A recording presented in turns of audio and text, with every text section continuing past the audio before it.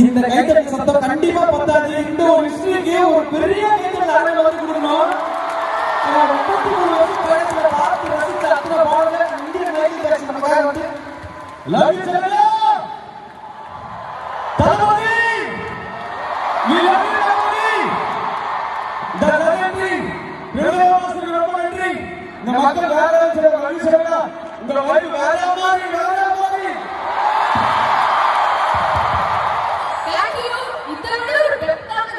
தளபதி வந்து பேசுறதுக்கு முன்னாடி கொடுக்கவே முடியாது.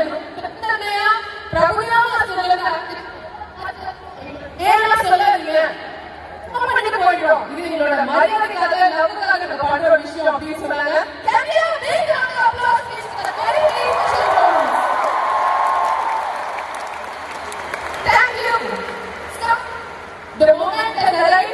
எங்களாலையும் கொடுக்க முடியாது, உங்களாலையும் கொடுக்க முடியாது. எங்களுக்கு தெரியும்.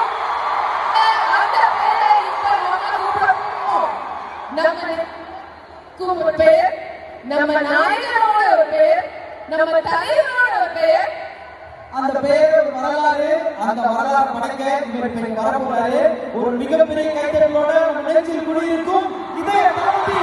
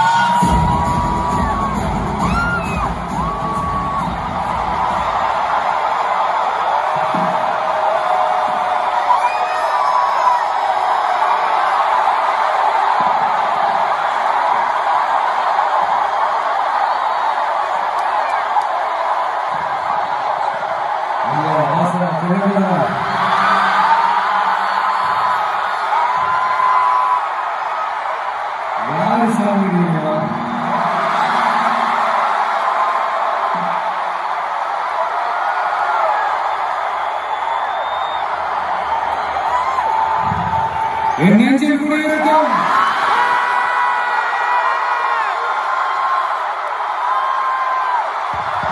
மலேசியா மக்கள், மலேசியா தமிழர்கள், உங்கள் அனைவருக்கும் என்னுடைய வணக்கம். வணக்கம்.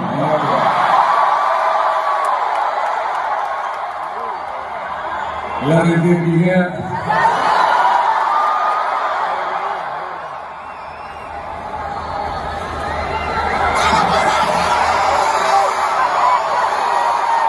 உலகம் முழுக்க கிட்டத்தட்ட ஒரு 150 நாடுகளுக்கு மேல நம்ம தமிழர்கள் வாழ்றாங்க. அதில் குறிப்பா சொல்லணும்னா இலங்கைக்கு அடுத்தபடியா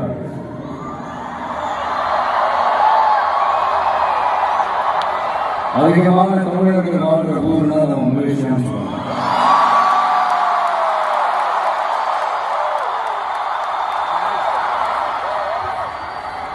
நம்ம தமிழர்கள் தான் உலகத்தில் எந்த நாட்டுக்கு போனாலும் அவங்க சொந்த நாடுகளை நினைச்சு உழைக்க ஆரம்பிச்சிருவாங்க. அப்படிதான் நீங்க பாத்தீங்கன்னா இந்த மலேசியா நாட்டோட முக்கியமான பில்லர்ஸ்ல நம்ம தமிழர்களும் இருக்காங்க அப்படின்னு பார்க்கும்போது அப்படி நிறைய பேர்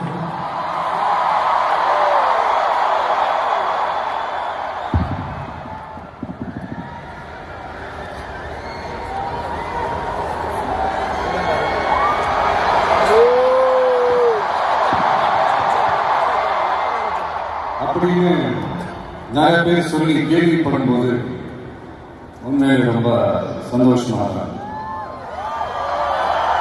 இங்க இருக்கிற முருகன் கோயிலுக்கு மலையக்காரங்க காவல் எடுத்துட்டு போறாங்க.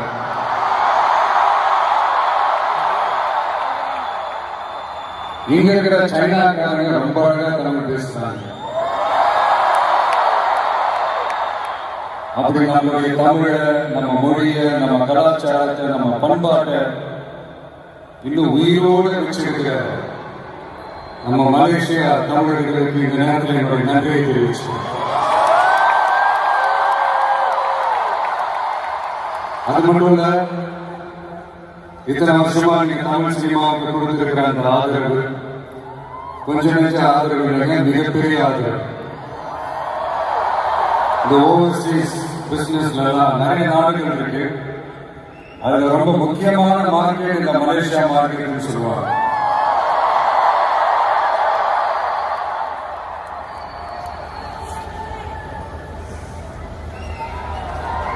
அது மட்டும் இல்ல, இங்க நிறைய ஷூட்லாம் வந்திருக்கோம். சில படங்களுடைய பேரை கேட்டாலே மலேசியா ஞாபகம். அப்படி நம்ம நண்பர் அஜித் நடிச்ச பில்லான்னு சொல்லலாம்.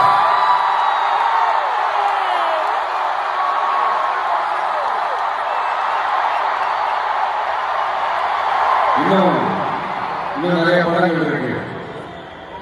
என் படங்கள்ல காவலன் குருவிலாம் எங்க ஷூட் பண்ணப்போ ரொம்பவே சப்போர்ட்டிவா இருந்திருக்கிறீங்க. யாரும் ஒரு யாவரும் கேட்கிறாங்க நீங்க தாங்க. அப்படிப்பட்ட இந்த மலேசியாவில் இந்த ஜனநாயக படத்தினுடைய அது சொல்லாமா வேணாமான்னு தெரியல, என்னோட கடைசி படமான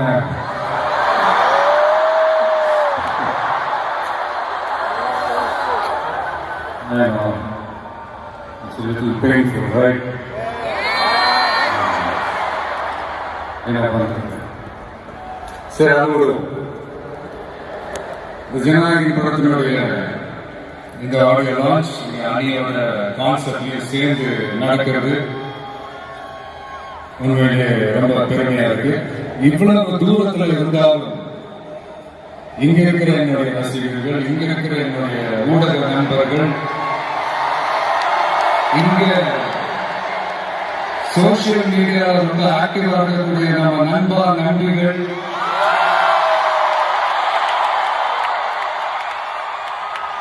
பிளஸ் இந்த மலேசியா கவர்மெண்ட்டுக்கும் இந்த நேரத்தில் என்னுடைய நன்றியை தெரிவிச்சு.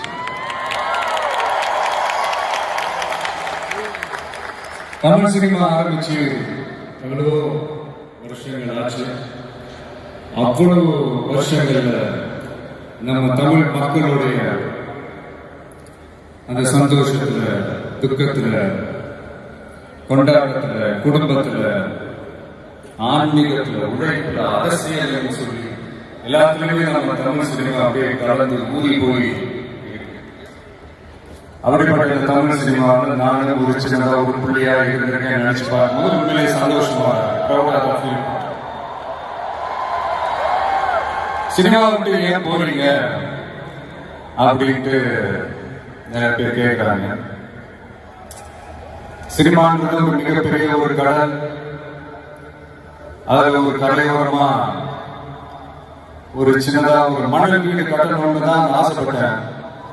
பட் அதே ஒரு மாளிகையா மாற்றி தந்தது நீங்களா இருந்தா, என் ரசிகர்களாக நீங்களா இருந்தா. அது மட்டும் இல்ல, நான் சினிமாவுக்கு வரும்போது இது எல்லாருக்குமே தெரிஞ்ச விஷயம், பழைய கதை தான். நான் ஃபேஸ் பண்ணாத விமர்சனங்கள் இல்லை, நான் ஃபேஸ் பண்ணாத அவமானங்கள் இல்லை. இந்த மாதிரி நிறைய காரியங்கள் அதெல்லாம் தாண்டி தான் வந்திருக்கிறோம்.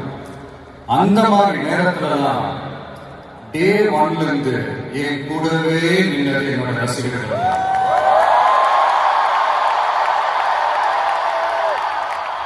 ஒரு நாள் 2 நாள் இல்லைங்க, கிட்டத்தட்ட 30-33 வருஷத்துக்கு மேல என் கூடவே நின்றுக்கிறாங்க. அதனாலதான் நான் என்ன டிசைட் பண்ணேன்னா, அடுத்த 30-33 வருஷத்துக்கு அவங்களோட நாளைக்கு முடிவு பண்ணிட்டேன்.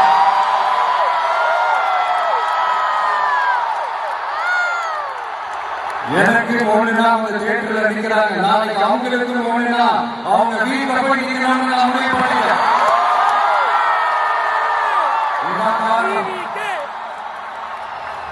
எனக்காக எல்லாத்தையும் விட்டுக் கொடுத்த என்னுடைய ரசிகர்களுக்காக நான் சினிமாவை விட்டுக் கொடுக்கிறேன். இந்த விஜய் சும்மா நன்றின்னு சொல்லிட்டு போறவன் கிடையாது, நன்றி கடனை தீர்த்துட்டு தான் போவான்.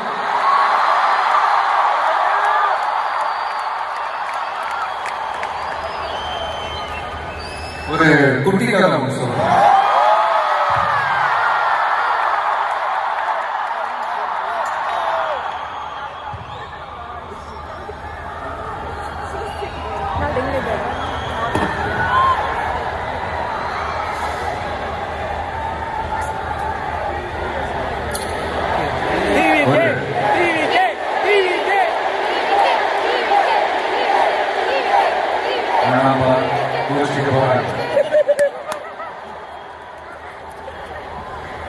ஒரு குட்டி கதை மாதிரி ஒரு ஆட்டோக்காரர் ஒரு கர்ப்பிணி பெண்ணை ஆட்டோவில் ஏற்றிட்டு ஹாஸ்பிட்டலுக்கு போறாங்க. பெரிய மழை பெய்ஞ்சிட்டு இருக்கு. அப்ப அவர்கிட்ட இருந்த அந்த கொடைய அந்த கர்ப்பிணி பெண்ணுக்கு கொடுத்துட்டு இதை எடுத்துக்கிட்டு போமா அப்படின்னு சொல்றாங்க. அப்போ அந்த பொண்ணு சொல்றாங்க, ஆனா இது எப்படி நான் உங்ககிட்ட நான் திருப்பி கொடுக்கறது?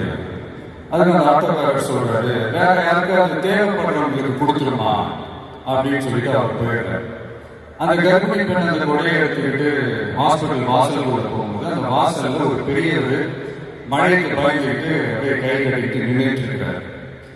அந்த கர்ப்பிணி பெண் அந்த கொடையை அந்த பெரியவர்கிட்ட கொடுத்து, ஐயா இதை எடுத்துட்டு போங்கய்யா அப்படின்னு சொல்றாங்க.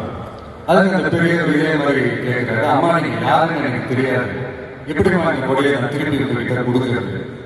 அதுக்கு அந்த பொண்ணு சிரிச்சுக்கிட்டே சொல்றாங்க, வேற யாருக்காவது தேவைப்படுறவங்களுக்கு கொடுத்துருக்கீங்களா அப்படின்னு சொல்லிட்டு போயிடுறாங்க. உடனே அந்த பெரியவர் கொடையை எடுத்துக்கிட்டு பஸ் ஸ்டாப்புக்கு வராரு. பஸ்ல வந்து ஏறி போகும்போது அங்க பாக்குறாங்க ஒரு பூக்கார அம்மா பூவை வச்சுக்கிட்டு ஒரு அட்டையை மழைக்காக பிடிச்சிக்கிட்டு உட்கார்ந்துட்டு இருக்கிறாங்க. பெரியவர் போய் அந்த கொடையை அந்த பூக்கார அம்மா கிட்ட கொடுத்துட்டு அவர் பஸ் ஏறி போயிடுறாரு. பூக்காரமா அந்த கொடையை எடுத்துக்கிட்டு வீட்டுக்கிட்ட வரும்போது அங்க ஒரு ஸ்கூல் படிக்கிற பொண்ணு பேக்கெல்லாம் மாட்டிக்கிட்டு மழையில ஓடி வர்றாங்க. அவங்க போய் அந்த ஸ்கூல் பொண்ணு கிட்ட கொடையை கொடுத்துட்டு மழையில நனையாதமா இதை எடுத்துக்கிட்டு போங்க அப்படின்னு சொல்றாங்க. அந்த பொண்ணு தேங்க்ஸ் அப்படின்னு சொல்லிட்டு வீட்டுக்கிட்ட வரும்போது அந்த பொண்ணோட அப்பா பதட்டத்தோட வாசல்ல நின்றுட்டு இருக்கிறாரு. பொண்ணு மழையில நினைச்சிட்டு வரணுமே அப்படின்ட்டு. அந்த அப்பா வேற யாரும் இல்ல, அந்த ஆட்டோக்காரர்.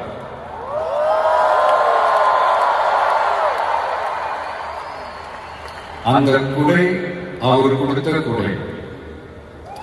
So the moral of the story is,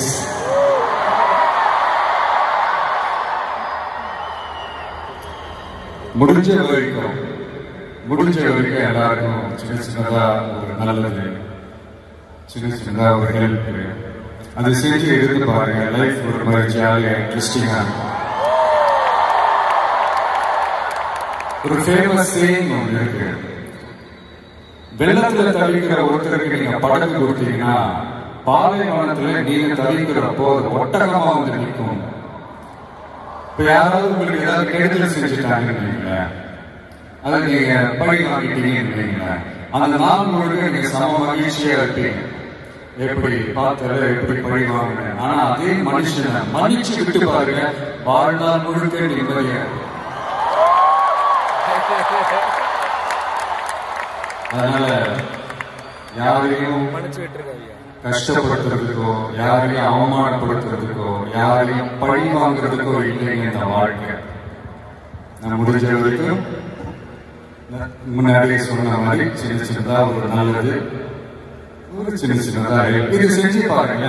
எங்கேயோ ஒரு இடத்துல ஃபியூச்சர்ல உங்களுக்கு இது கை கொடுக்கும் அப்படின்னு நான் நம்புறேன். பிடிச்சிருந்தா எடுத்துக்கங்க, இல்லைன்னா விட்டுருங்க. Free advice. இப்போ இந்த ஈவெண்ட், இந்த ஹீரோ ஆஃப் திஸ் ஈவெண்ட்டுக்கு வருவோம். அனிருத் அவருக்கு நான் ஒரு பேர் வைக்கலான்னு இருக்கேன். MDS. Anybody? Ramya, can you guess? Vijay, can you guess? MDS.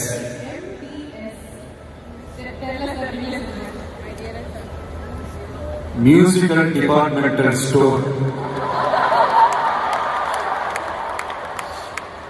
அதாவது அந்த ஸ்டோரை திறந்து நீங்க உள்ள போயிட்டீங்கன்னா அன்லிமிட்டடா என்ன வேணுமோ எவ்வளவு வேணுமோ எல்லாத்தையும் எடுத்துக்கிட்டு ஹாப்பியா வரலாம். அது சாங்ஸா இருக்கணும், பிஜிஎம்மா இருக்கணும், இல்ல பேக்ரவுண்ட் ஸ்டோர்ல அந்த பிட் சாங்ஸா இருக்கணும், எஃபெக்ட்ஸா இருக்கணும். இந்த மாதிரி என்ன டிசப்பாயிண்ட் பண்ணதே இல்லை.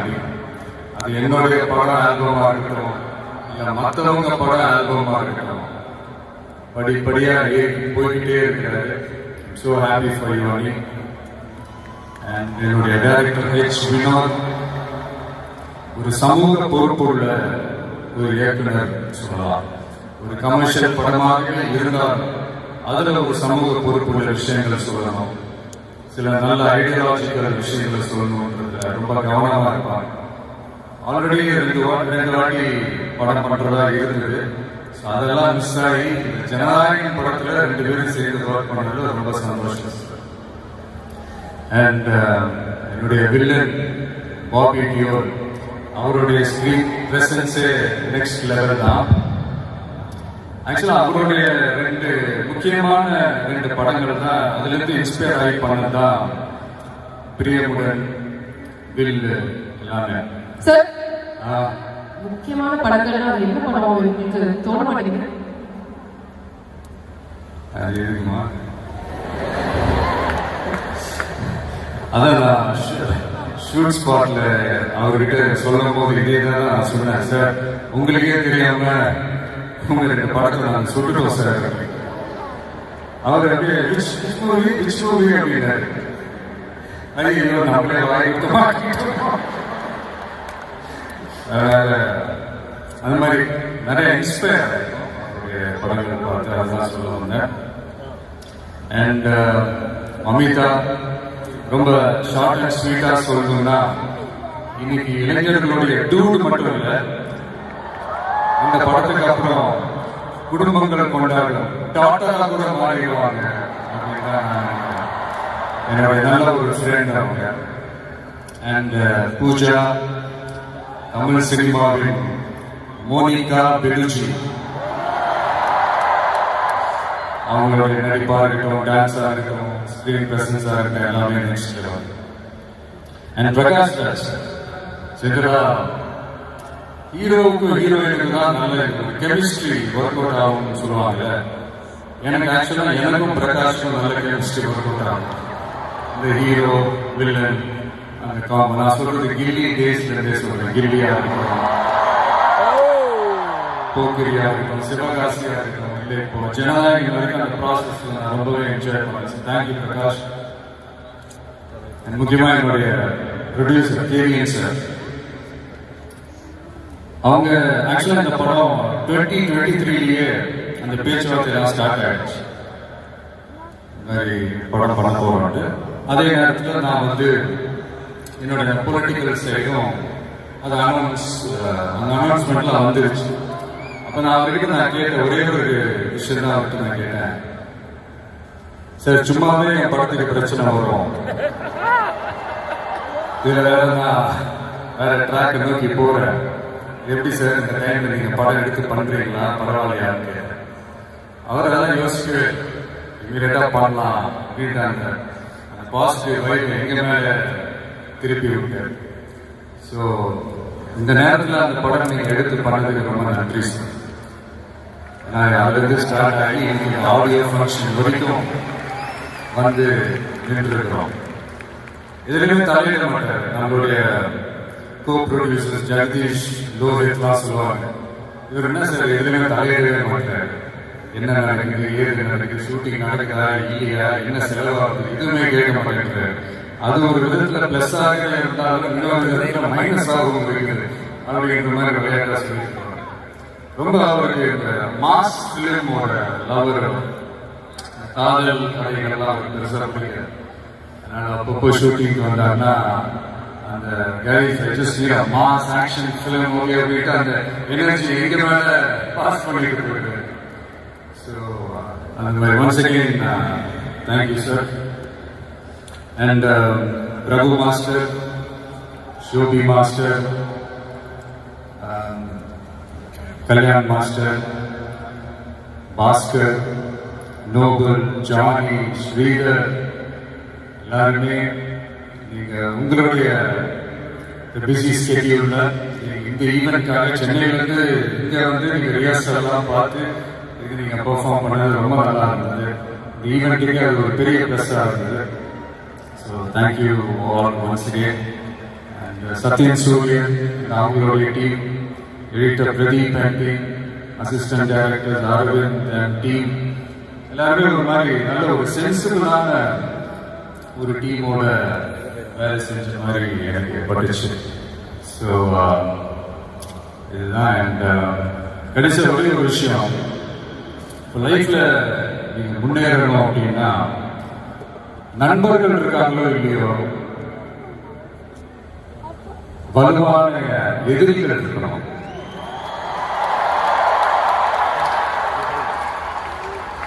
சும்மா வர்றவங்க போறவங்க எல்லாம் ஏற்றுக்க முடியாது இல்லையா? வலுவா இருக்கிறவங்க தான் எதிர்க்க முடியும். அப்பதான் நாம ஜெயிக்கிற அளவுக்கு வலிமையா இருக்கோம்னு அர்த்தம். இப்போ ரீசெண்டா நம்மளை பத்தி ஒரு பேச்சு ஒன்று ஓடிட்டு இருக்கு. விஜய் தனியா வருவாரா அணியா வருவாரா? நம்ம இப்ப தனியா இருந்திருக்கிறோம். 33 வருஷமா உங்களோட தான் இருக்கிறோம், மக்களோட தான் இருக்கிறோம். அப்ப அது மிகப்பெரிய ஒரு அணி தானே. அதை எப்படி தனின்னு சொல்ல முடியும்? இப்ப கூட பாருங்க, தனியா அணியன் விளக்கமா சொல்ல மாட்டேங்கிறாருன்னு எனக்கு தோணும். சஸ்பென்ஷன் ஒன்று இருந்தாலே எனக்கு இருக்கும். அதெல்லாம் கைத்தறதுக்காக நான் சொல்லல, மனசுல இருந்து பேசுறேன், மக்களுக்காக பேசுறேன். மக்களுக்காக பேசுறதோட மட்டும் நிப்பாட்டிடக்கூடாது, அதை செய்யணும். எல்லாத்தையும் விட முக்கியம் செய்யறதான் சொல்லணும்.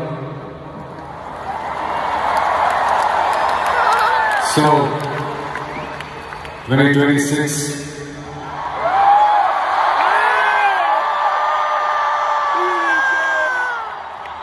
history repeats itself.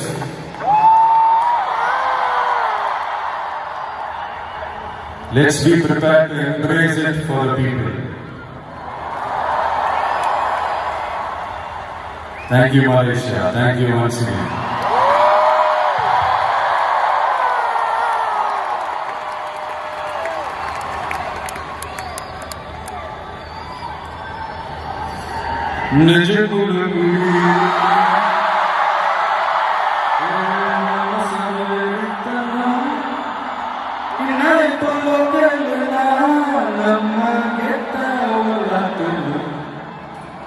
ஆமா அழகா இருப்போம், கருப்பா கலையா இருப்போம், ஒன்னா உசுரா இருப்போம்.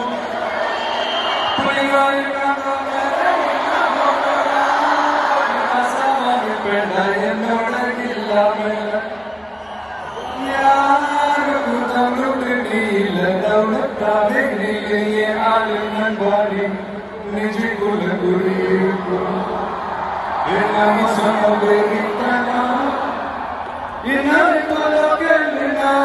நம்ம கெட்டாயிலும்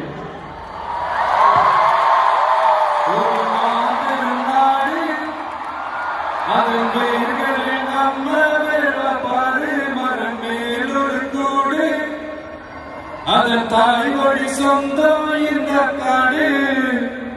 All together பையா பையா ஜாதி பேரல்லே கையா. நீங்கள் ஸ்நேகம் போல் மண்ணில் எங்கும் அண்ணன் கண்டில்லவோ செய்யா. ஒருத்தன் வாரானே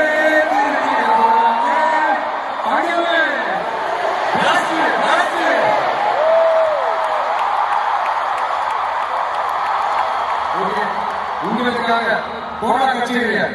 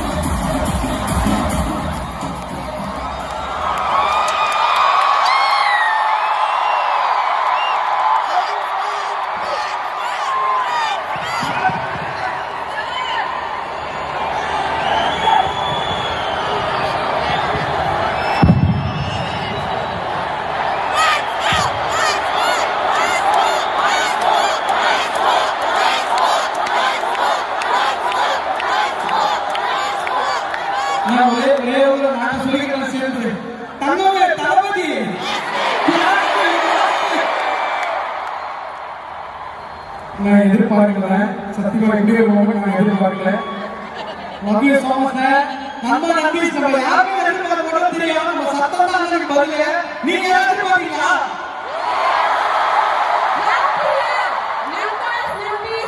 லாஸ்ட் 25 minutes நமக்காக டான்ஸ் ஆடினாரு, பாடினாரு, இன்ஸ்பைரிங்கான ஒரு ஸ்பீச் கொடுத்தாரு. Are you happy? Thank you sir. Thank you sir. We wish you the very best. நீங்க எல்லாரும் இல்ல சார். என்னோட ஒரு few minutes time spend பண்ணீங்களா சார்? நான் ஆக்சுவலா ரசிகர்கள் உங்ககிட்ட என்ன கேட்கணும்னு ஆசைப்படுறாங்களோ ஒரு 2 questions வச்சிருக்கோம். With your permission நான் கேட்கலாமா? ஓகே. 33 வருட பயணம் அப்படிங்கறத நீங்களே சொன்னீங்க. இந்த 33 வருடத்துக்கு அப்புறம் இப்ப நீங்க வேற ஒரு லைஃப்ல தொட போறீங்க அப்படிங்கும்போது இந்த இடத்த நீங்க விட்டுட்டு போற இடத்த நிரப்புறதுக்கு யாருமே கிடையாதுன்னு நாங்க எல்லாரும் உங்களுக்கு என்ன தோணுது? யார் யார் எந்தெந்த இடத்துல வைக்கணும்னு அவங்களுக்கு தெரியும்.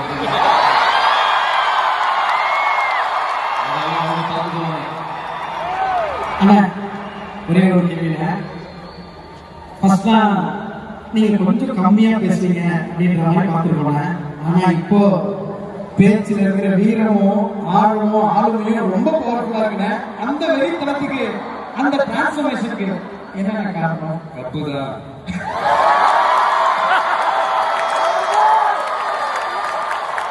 நீங்க தானே கேட்டீங்க அந்த நிமிஷத்துல. அதே மாதிரிதான் கப்பு முக்கியம் தெரியல. 2026 சார் கடைசியா ஒரு சில வார்த்தைகள் நம்ம சொல்லலாம். அது சொல்லும் போது உங்க மனசுல என்ன தோணுது அப்படின்னு கொஞ்சம் நீங்க சொன்னீங்கன்னா இருக்கும். முதல்ல கடவுள்.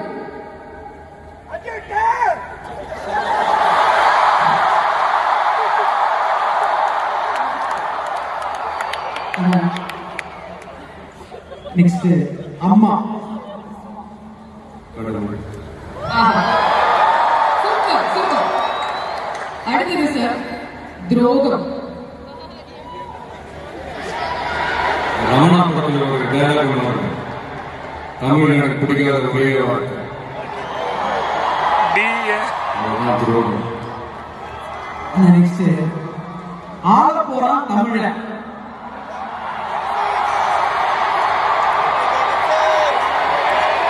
சீக்கிரமே நடத்தி காட்டுவாங்க.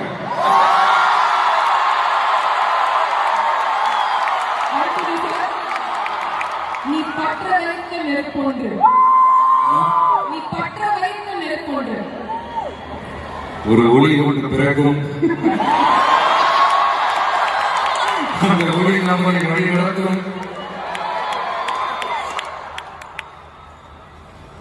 வெற்றி வெற்றி பணிவு பணிவு. சரி, அப்போ தோல்வி தொடர் முயற்சி. Brilliant. அவ்வளவுதான். இல்ல சார், இன்னும் நிறைய அடையணும்னா எப்போதும் கஸ்டமர்லயே நீங்க பண்ற ஒரு விஷயம் அது உங்களுக்கும் தெரியும். இந்த மாதிரி ஒரு பிரம்மாண்டமான ஆடியன்ஸ் இருக்கும்போது நீங்க எல்லாரையும் சேர்த்துக்கிட்டு அப்படியே சிரிச்சுக்கிட்டே ஆசையா ஒரு செல்ஃபி எடுத்துக்கீங்க.